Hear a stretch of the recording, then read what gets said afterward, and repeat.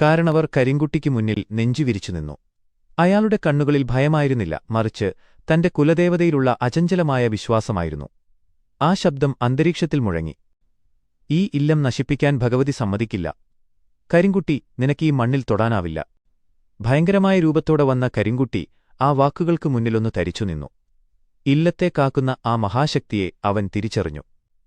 രൗദ്രഭാവം വെടിഞ്ഞ് അതീവ ശാന്തനായി കരിങ്കുട്ടി പറഞ്ഞു, എങ്കിൽ ഈ ഇല്ലത്തിന്റെ രക്ഷയ്ക്കായി ഞാൻ കാവൽ നിന്നുകൊള്ളാം. ശത്രുവായി വന്നവനെ മിത്രമായി സ്വീകരിക്കുന്ന വലിയൊരു മനസ്സ് കാരണവർ അവിടെ കാണിച്ചു.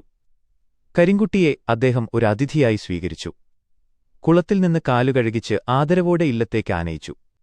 ദാഹമകറ്റാൻ പാൽ നൽകി.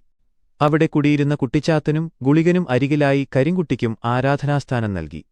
അങ്ങനെ ആ ഇല്ലത്തിന്റെ ഐശ്വര്യത്തിനായി കരിങ്കുട്ടിക്കുള്ള പൂജകളും ആരാധനകളും ആരംഭിച്ചു. അപ്പോഴാണ് ആ വലിയ രഹസ്യം പുറത്തുവന്നത്. ആ ഇല്ലം മുച്ചൂടും നശിപ്പിക്കാൻ കരിങ്കുട്ടിയെ മന്ത്രബലത്താൽ അയച്ചത് മറ്റാരുമല്ല, കോട്ടയം തമ്പുരാനായിരുന്നു. ഒരു പഴയ കേസിന്റെ വൈരാഗ്യമായിരുന്നു ആ പ്രതികാരത്തിന് പിന്നിൽ. എന്നാൽ സത്യത്തിനു മുന്നിൽ തമ്പുരാന്റെ തന്ത്രങ്ങൾ പിഴച്ചു. ഇല്ലം നശിപ്പിക്കാൻ വന്ന അതേ കരിങ്കുട്ടിയെക്കൊണ്ടുതന്നെ ഭഗവതിയുടെ അപാരമായ ശക്തി തമ്പുരാന് ബോധ്യപ്പെടുത്തിക്കൊടുത്തു. അധർമ്മത്തിനുമേൽ ധർമ്മം വിജയിച്ച കഥയായി അത് ഇന്നും വാഴ്ത്തപ്പെടുന്നു.